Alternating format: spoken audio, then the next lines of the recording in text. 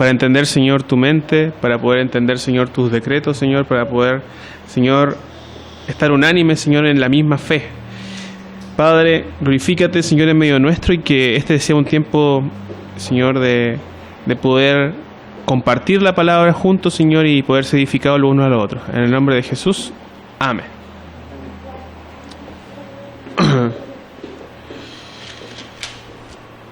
¿Cómo están, hermanos? Bueno, hoy día la verdad es que ustedes van a hacer la clase.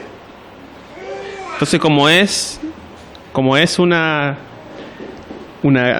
repaso de lo que hemos visto, va a ser casi una mini prueba grupal donde todos van a participar.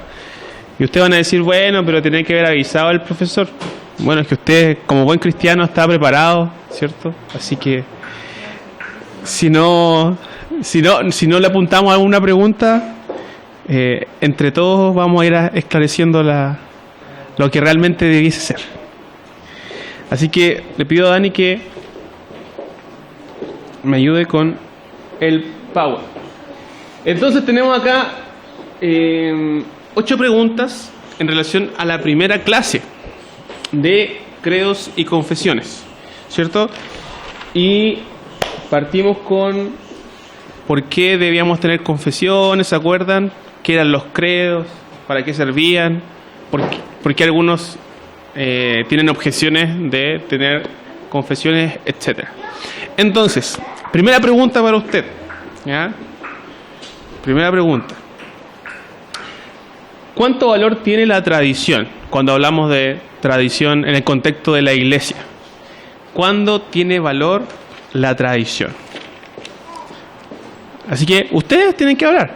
Así que, para allá el micrófono.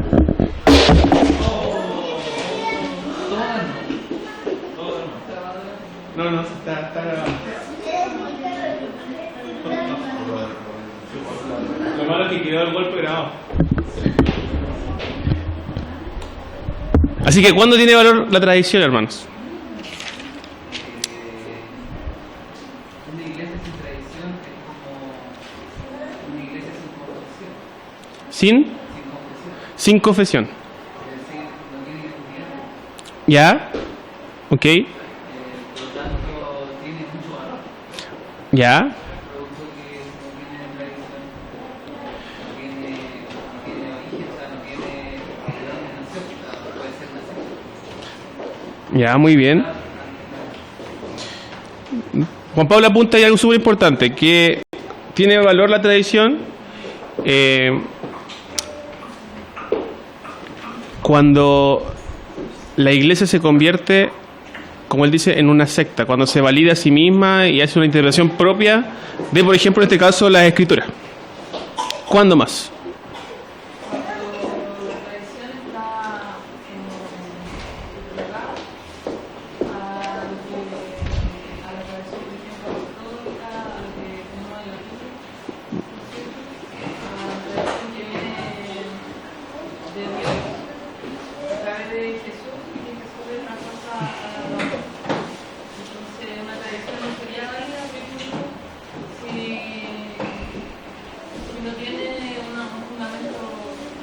O sea, hiciste todo el resumen, hermano. Muy bien.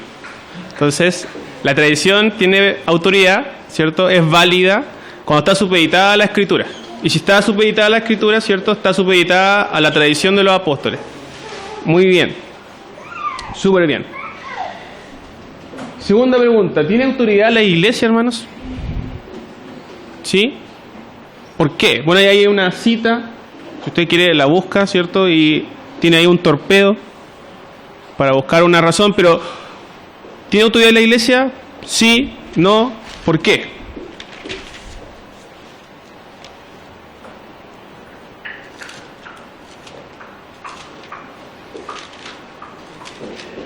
Yo no voy a decir nada, hermano, si ustedes van a hacer toda la cosa. Tiene autoridad porque el Señor se la entregó. ¿Ya? O sea, tiene la autoridad de...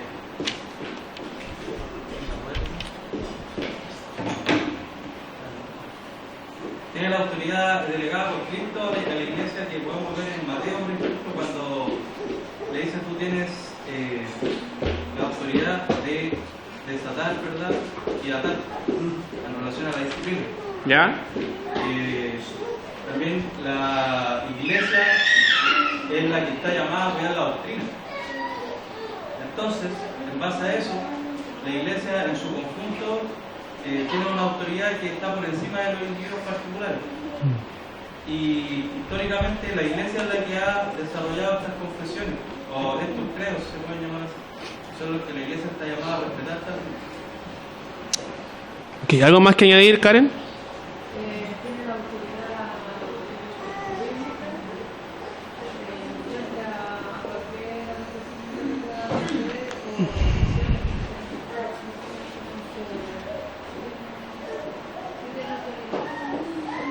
¿Alguien más iba a hablar allá atrás y después Daniela? ¿Alguien más allá atrás? ¿No? Bueno, Víctor. En relación a ese versículo, bueno, tiene una autoridad establecida por Dios Claro. directamente y luego por el fundamento de los apóstoles. Y a partir de ahí también, ¿cierto? Aquí dice que el Señor ha establecido pastores, maestros, en fin, de manera de poder ir edificando su iglesia. Entonces, tiene esa autoridad. Dani. Muy parecido a lo que dice el hermano Vic. Sí tiene autoridad porque, bueno, el mismo apoyo lo dice. Dice que la idea es perfeccionar a los santos en unidad de fe y para que todos lleguemos a la altura de Cristo. Entonces, bajo eso, ¿quién en el fondo es el que perfecciona a los santos? Obviamente Jesucristo, pero mediante sus apóstoles en aquel tiempo y hoy día mediante la iglesia. Bueno, entonces, como decía Esteban, la iglesia se encarga de cuidar la doctrina, es como una albacea, ¿cierto? De la doctrina, un cuidador. Y se manifiesta de varias formas, ¿cierto? Dentro de la iglesia y afuera de la iglesia se manifiesta esa autoridad. ¿Somos una autoridad también o no? Fuera del contexto de estas cuatro paredes o de nosotros mismos, ¿somos autoridad Sí. o no? Sí, pero, o sea, siempre y cuando esa autoridad, o sea, la iglesia en sí, si refleja lo que la palabra está diciendo, por supuesto que está por encima de cualquier autoridad humana. Pero como iglesia, no estamos llamados nosotros a poner esa autoridad por encima de los gobiernos del mundo. Pero cuando los principios bíblicos se están violentando, la iglesia es la que está llamada, ¿verdad?, a decir cuál es la verdadera autoridad que es la escritura y que es Dios mismo hablando a todos, ¿sabes? Creyentes o no. O sea, como conectándolo con lo que tú decías antes, o sea, si somos albaceas de la doctrina y vemos, cierto, que la palabra del Señor es denigrada entre los gentiles, lo tenemos que pronunciar, ¿cierto? Entonces, claro, la voz de la iglesia, ¿cierto?, en cierta medida es la voz, ¿cierto?, de la tradición apostólica y en cierta medida podemos decir que es la voz de Dios, ¿cierto?, del Señor, a través de su palabra. No es que sí somos la voz de Dios y tenemos toda la verdad y nada más que la verdad, pero en el sentido de que estamos proclamando la Escritura, sí, la iglesia es la que proclama la palabra del Señor. Que ahí refleja esa autoridad que está por sobre el gobierno humano. Exacto. Pero, o sea, no, ¿cómo decirlo? No es una forma de buscar. Lo que pasa es que esa autoridad, creo yo, se tiene que reflejar más allá en lo cultural, más allá de lo político. Me explico, por ejemplo. Entonces, no buscar cargos públicos, algo así. Exactamente, porque llegar a eso quiere decir de que ya la batalla se ganó antes, en los colegios, con nuestros vecinos. Entonces, si ya la autoridad de la Escritura o del Señor está violentada, ¿cierto? Nosotros debemos tratar de, en ese contexto, presentar esta autoridad. No reunirnos solamente para ir a quitar la moneda. Pues. Claro, amén. Muy bien. ¿Alguien más? Jano. Claro, la autoridad que tiene la iglesia, efectivamente que sea la iglesia misma a través de la palabra del Señor, que la autoridad, la regla de fe. Ahora, también fuera de la iglesia, nosotros como cristianos estamos llamados a hacer una nueva Jerusalén que es un todo, o sea, no estamos llamados sí a predicar la palabra del Señor, pero no a insertar una nueva Jerusalén en el mundo. O sea, igual lo vemos en el ejemplo por ejemplo, de Daniel, que incluso estando en cargo público, él vivió una ley cristiana piadosa, pero no tratando de que todo, o sea, claro, que hablar de rendir al culto al Dios de él, pero no necesariamente eso, sino que nosotros insertamos por la autoridad que nos da la palabra en la iglesia, pero así como lo vemos con Cano, por ejemplo, así como con José, donde eran pocos, ellos eran testigos, pero no necesariamente como para de ahí extender a todo el mundo. Amén. Muy bien. Tercera pregunta, ¿cómo es autoridad? ¿Es una autoridad, cuando me refiero a esta pregunta, es una autoridad absoluta? ¿Es una autoridad relativa? ¿Derivada? ¿Cómo es la autoridad de la iglesia? Una autoridad delegada y absoluta. Un poco grande. Es que si decimos que absoluta, cualquier pronunciamiento de la iglesia es verdad. Y eso podría ser falso, porque podemos fallar. Pero sí es, como tú dijiste, delegada y es derivada del Señor. Pero no es una autoridad absoluta. La iglesia que dice eso es la iglesia, la otra iglesia. Aquella iglesia. Porque ellos dicen, claro, que ellos son los que interpretan las escrituras, ¿cierto? Y que ciertas personas interpretan las escrituras. No todos. Por lo tanto, es una autoridad, como tú dijiste muy bien, derivada del Señor, ¿cierto? Delegada del Señor. Pero no es una autoridad absoluta, porque independiente que obviamente que somos una iglesia y tenemos la palabra de Dios, podemos estar sometidos, ¿cierto?, a fallas y errores. Como en la historia hubieron errores. Perdón, disculpa, eso quiere decir que entonces la autoridad absoluta es la palabra. Exacto, claro, la autoridad absoluta es la palabra, exacto. El problema no es con la palabra, el problema es que la palabra tiene que pasar a través de nosotros. A través de nosotros está el problema, porque nosotros somos los que tenemos los errores. Claro. Y, o sea, la interpretación siempre, uno ha visto a través de los siglos que uno quiere dar la interpretación más correcta, más legal, pero de una otra manera Hay errores. Cuarta pregunta, ¿qué es una confesión de fe, hermanos?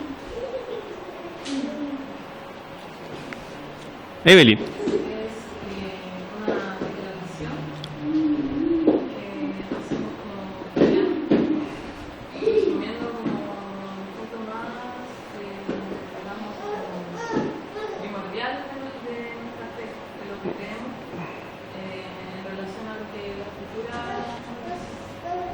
nos dice, ejemplo de mundo, de la creación, de la vida en la iglesia, de la salvación, ¿cierto? Y esto me identifica ante el mundo como quienes somos, como cristianos. Amén. ¿Qué más? ¿Qué es una confesión de fe? Es una recopilación, una referencia a la Biblia.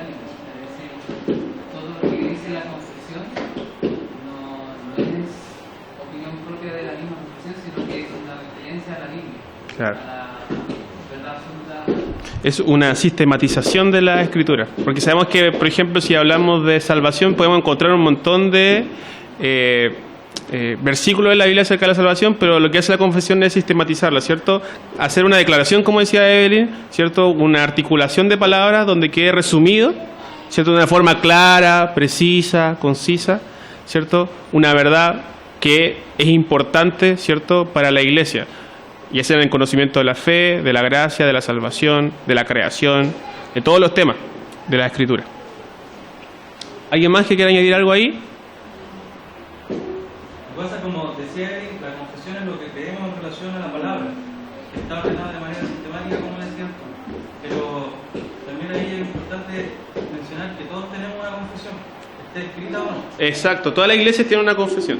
Exactamente, entonces, por muchos motivos, es bueno tener una confesión escrita, ¿verdad? Y que sea un orden sistemático de la escritura. Y ahí es donde vemos la confesión de fe histórica y todo lo que es la tradición apostólica. Pero creo claro que todos tenemos una confesión, esté o no escrita. Toda iglesia tiene una confesión. Claro. Como decía nuestro hermano Alex, es el amén de la iglesia, de la palabra, o como el eco de la palabra en la vida de la iglesia. Amén. Quinta pregunta. ¿Cuál es la autoridad de la confesión con respecto a la autoridad de la Biblia? Muy bien, ¿cierto?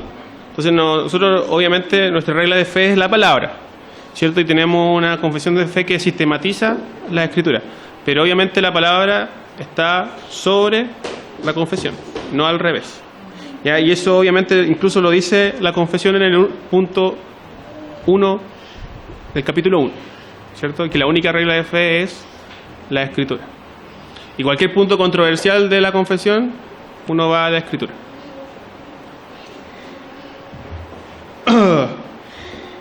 Pregunta número 6. ¿Por qué son legítimas las confesiones? Y aquí obviamente viene una buena pregunta, porque siempre, si hablamos nosotros con otro creyente de las confesiones, te van a preguntar, y nos van a preguntar, oye, ¿pero eso es bíblico? ¿Son bíblicas? ¿Encontramos ahí la palabra confesión? Pero ¿qué podemos responder ante eso, hermanos? ¿Son legítimas las confesiones? Daniel. Bueno, primero sí, porque son una sistematización de la Escritura.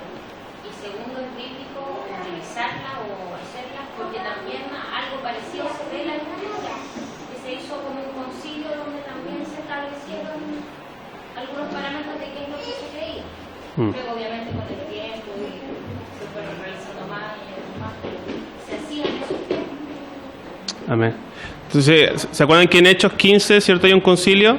Y ahí se trata un tema delicado, que era que algunos judíos estaban diciendo que para alcanzar la salvación había que circuncidarse. Entonces se reúnen, cierto, los apóstoles y ancianos a discutir este tema y dicen, bueno, ¿qué creemos? ¿Cierto? Se preguntan qué creen y es una confesión de fe. Y aclaran esa disyuntiva que había y se resuelve. Se escribe también. Y si es posible, obviamente, en ese momento la tradición era básicamente oral, pero después obviamente se escribe.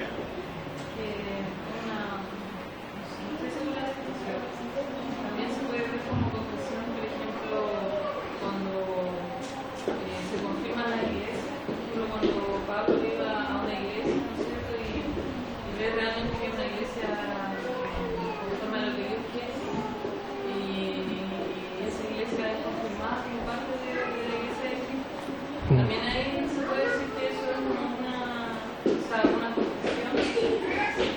Sí, pues, claro, porque si Pablo iba a las iglesias y la iglesia decía amén a lo que Pablo decía, y obviamente Pablo tenía una confesión de fe sumamente importante porque era un portador básicamente de la revelación, sí, claro. O sea, por ejemplo, si esta iglesia fuese confirmada como una iglesia bíblica, una iglesia del Señor, es porque otras iglesias nos dicen amén, ¿cierto?, a lo que nosotros confesamos.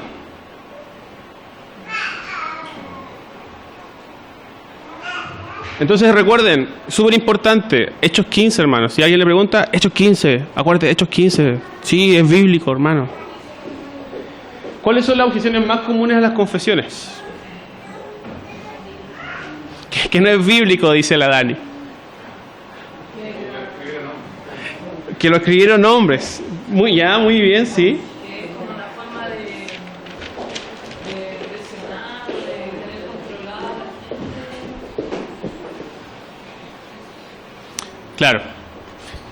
Como incluso con un poco sectario en relación a las otras congregaciones que cuando nos ven quizás dicen, oh, estos tienen una confesión, es como católico, eso es como raro. Y el tema es que desconocemos la historia de la iglesia. Entonces, al desconocer la historia de la iglesia, nos olvidamos de un montón de cosas que han pasado hacia atrás y que han sido resueltas a través de confesiones.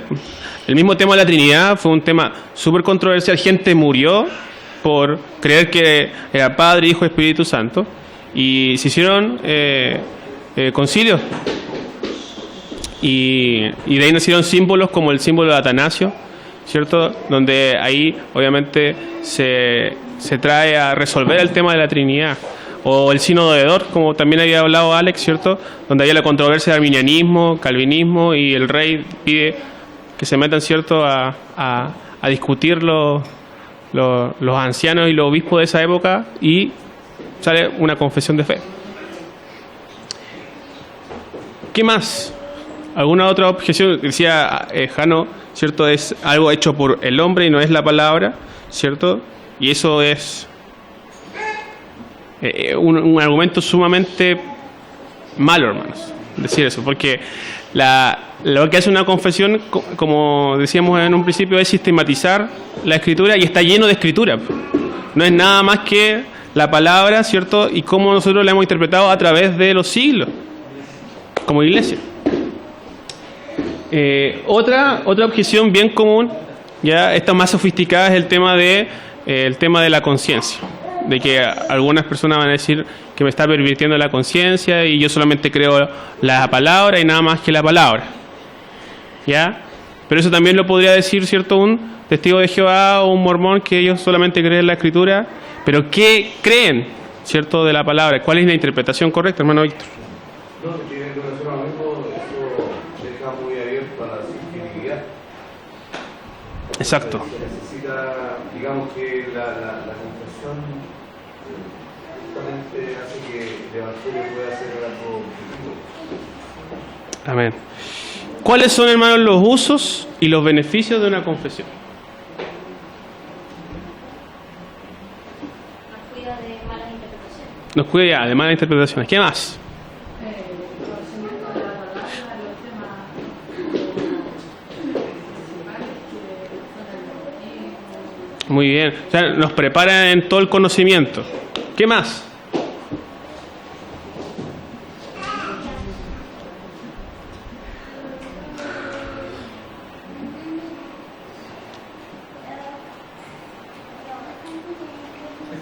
Ordena la doctrina. Ya, ordena la doctrina. ¿Qué más? ¿Qué más, hermano?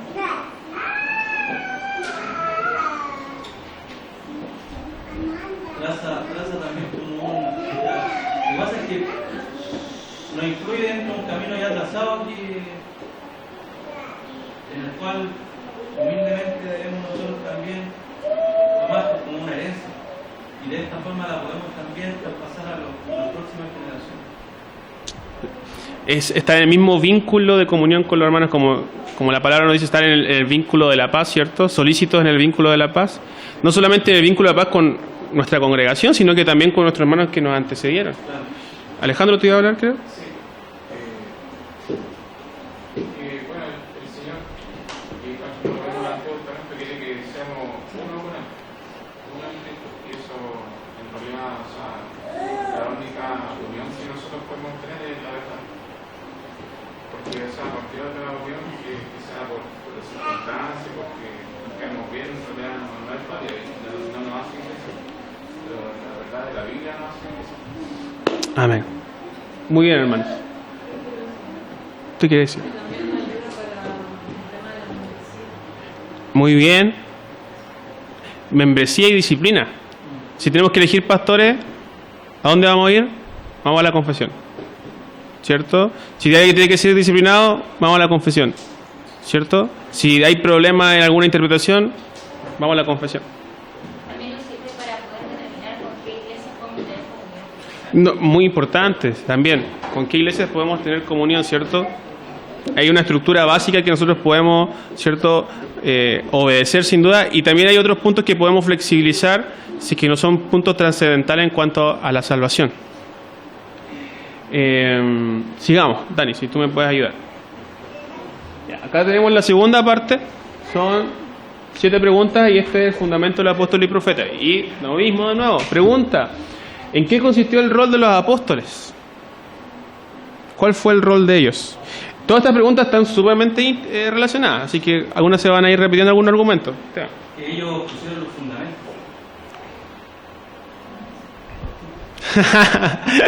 Ellos pusieron el fundamento, ¿cierto? Bueno, la palabra es súper específica en Efesios 2:20. Vamos allá. Vamos allá, Efesios 2:20.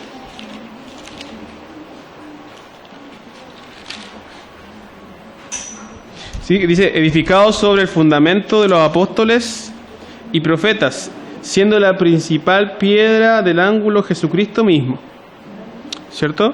Entonces, tenemos Jesucristo, ¿cierto?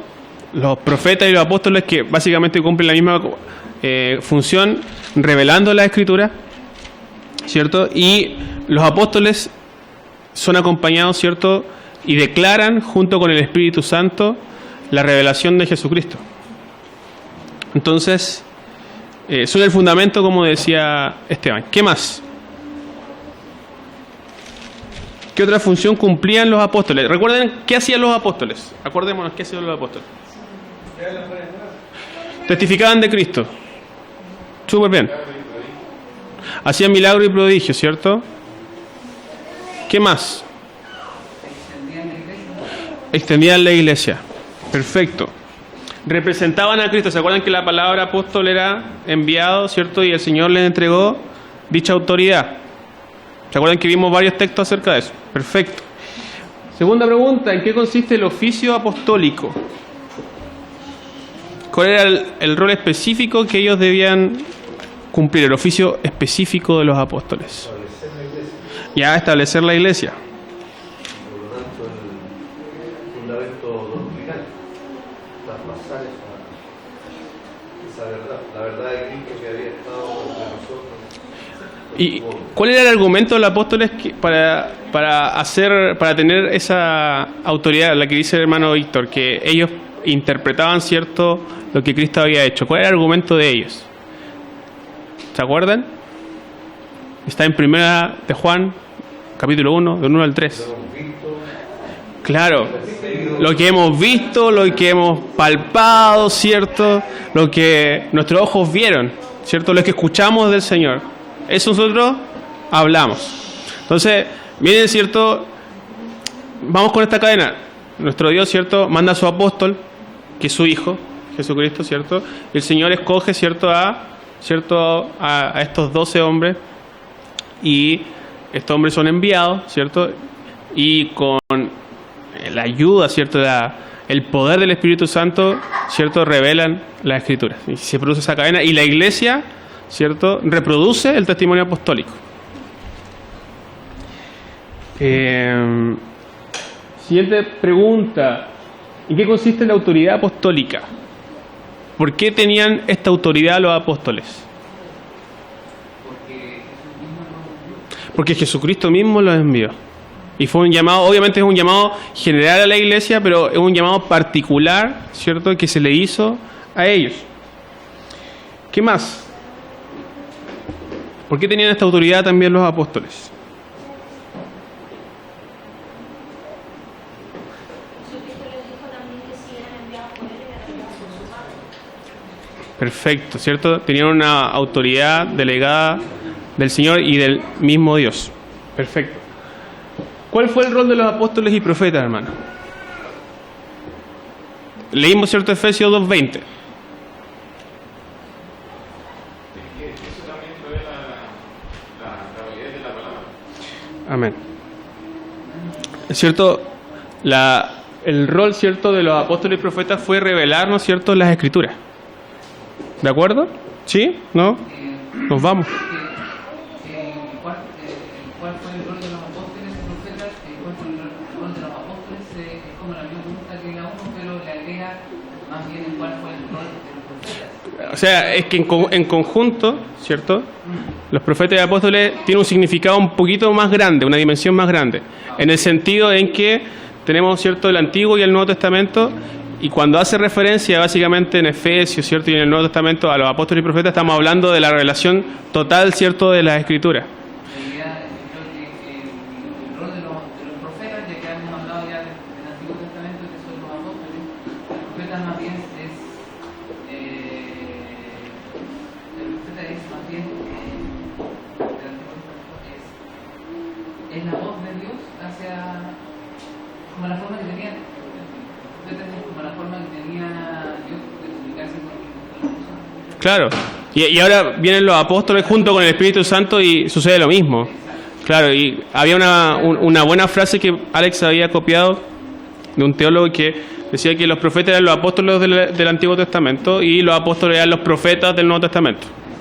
Y son equivalentes, porque Pablo habla de los escritos, Pedro habla de Pablo, ¿cierto?, diciendo que las cartas que Pablo había hecho eran equivalentes a las Escrituras, y hablando de las Escrituras, hablando de la revelación, en este caso, del Antiguo Testamento, que eran equivalentes. Jano y después Evelyn. Sí. Claro, sí, la palabra en Efesios 2:20 dice: edificaban sobre el fundamento de los apóstoles y profetas. Esa es la principal piedra del ángulo de Jesucristo. O sea, claro, los profetas mismos también eran el fundamento de la palabra, porque ellos también apuntaban a Jesucristo. Y los profetas de la misma manera. Amén. ¿No? Que era parecido a lo que dijo Jano, que los profetas ellos hablaron de quién iba a ser Jesús, ¿cierto? De cómo iba a llegar, qué iba a enseñar. Y los apóstoles hablaron de Jesús que ellos vieron. Entonces, en el fondo los dos vienen a dar testimonio y a confirmar que Cristo era el Hijo de Dios. Y eso transmitirlo al pueblo, ¿no? Amén.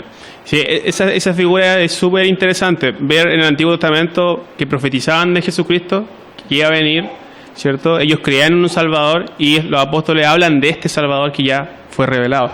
Y 1 Corintios 3:11 dice: porque nadie puede poner otro fundamento que el que está puesto, el cual es Jesucristo, ¿cierto? Y esta autoridad, este fundamento, ¿cierto? El Señor también lo traspasa, ¿cierto? Lo delega a los apóstoles. ¿En qué consiste el testimonio apostólico? Es parecido a lo que hemos estado hablando así todo este rato. ¿Qué sería el testimonio apostólico? Exacto, ¿cierto? Lo que ellos vieron, lo que palparon, ¿cierto? Lo que experimentaron con el Señor. Y este testimonio, ¿cierto? Aún predica. ¿Por qué? Porque está en las Escrituras. ¿Cuáles son los distintivos de un apóstol? ¿Qué características tenía un apóstol para que sea de verdad un apóstol? ¿Puede contar los milagros que hacían? Los milagros, ¿cierto? Los dones que el Señor los capacitó, el Espíritu Santo los capacitó. Llamados por Cristo y que el Evangelio haya sido predicado directamente por el Señor, igual que Pablo, ¿cierto? ¿Quién le predicó el Evangelio a Pablo? Cristo. ¿Qué más? Haber estado en el principio Ya, con Jesús. claro. Y en este caso, ¿cierto? Después se añade Pablo. ¿Qué más? Algo súper importante, algo muy importante, clave. Haber visto la resurrección. Ver a Cristo resucitado. Ver a Cristo, eso es súper importante, hermano. Exacto, y Pablo vio a Cristo resucitado, ¿cierto? Y él dice, yo soy el último, y cuando habla de la palabra último en la traducción al griego, ese último, después de mí no hay más. Todos los demás son chantas, ¿cierto? Y algunas otras cosas que tenía acreditación en relación a que el poder era delegado, ¿cierto?, del Señor, y que sus palabras eran inspiradas, como lo relata 1 Corintios 14:37, ¿cierto? Y hablábamos de que ellos no se consultaban entre sí para ver, oye, si lo que tú dices, Pedro, ¿es verdad? No, porque lo que decían era inspirado por el Señor. ¿En qué consiste la tradición de los apóstoles? Y se parece un poco de nuevo a lo que venimos hablando, porque la verdad es que toda esta estructura es sumamente similar. Cuando hablamos de la tradición apostólica, en primera instancia se habla de una tradición oral. Por ejemplo, vamos a 2 de Tesalonicenses 2:15. 2 de Tesalonicenses 2:15.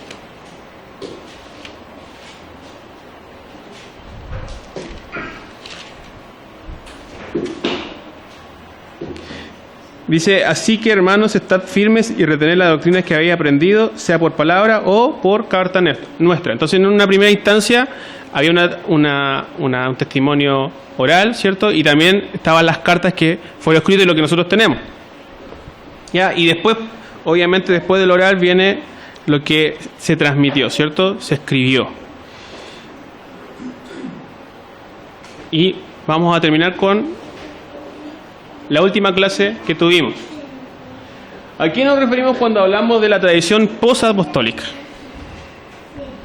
Después que Jesús ascendió,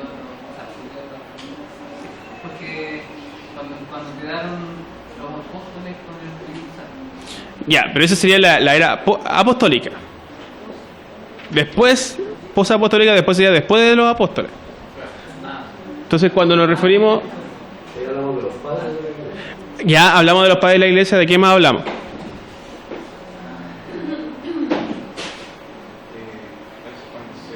se creó el canon también de la Ya. Después, cierto, de la era apostólica se hace el compendio, que en este caso es el canon, ¿cierto?, de los libros, y eso es un proceso natural que sucedió en la iglesia. ¿Ya? Y eso lo vamos a estudiar más adelante. Eso es súper importante que lo estudiamos. Cómo se produjo el canon y por qué están los libros que tenemos. Y desmistificar un poco que... porque se está diciendo y se está atacando mucho el argumento de que la Biblia no fue... el compendio no fue hecho en el primer y segundo ciclo, sino que fue posterior. Y ahí entran un montón de cosas, las dudas y todo el asunto de los libros y por qué no están los apócrifos y qué sé yo. Y eso va a ser súper importante.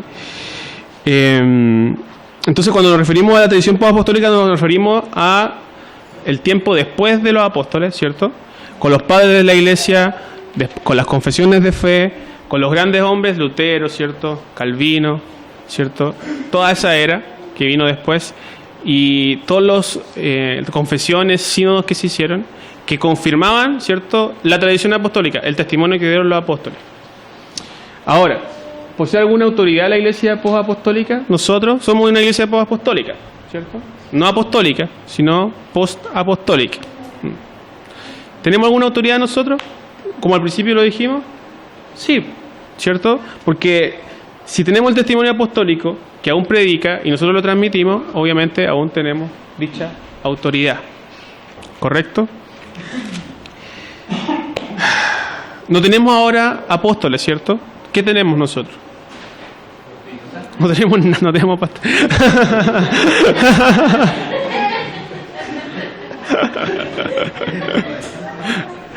¿Cierto? Tenemos pastores, ¿cierto?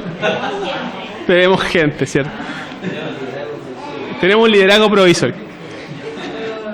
Tenemos pastores, ¿cierto? Y maestros, ¿cierto? Tenemos también evangelistas, ¿cierto?, dentro de la congregación.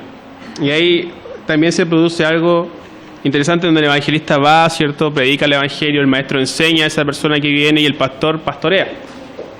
Y se sigue cumpliendo en cierta medida, ¿cierto?, este testimonio apostólico donde se transmite el testimonio apostólico mediante los dones que el Señor ha dado a ciertos hombres y a través también de la iglesia. Porque en cierta medida también nosotros mismos nos confesamos, ¿cierto?, los unos a los otros el testimonio apostólico, ¿cierto? Cuando nos exhortamos, nos reprendemos, oye hermano, porque mira lo que dice la palabra. ¿Y por qué decimos eso? Porque es la que tiene autoridad, ¿cierto? Hermanos, si no tenemos confesión de fe, ¿cierto?, estaríamos ignorando toda la historia de la iglesia. Estaríamos menospreciando un camino que ya se ha hecho. Estaríamos menospreciando la sangre que fue derramada por ciertas doctrinas. Por lo tanto, es importante que nosotros demos la vuelta atrás, ¿cierto? Busquemos la senda antigua y recordemos, ¿cierto?, lo que ya hombres han hecho, han resuelto, ¿cierto? Y que nosotros tenemos que también seguir, ¿cierto? Continuar, defender, seguir por la misma huella. Eso, hermanos. Así que creo que hemos entendido ciertos conceptos importantes.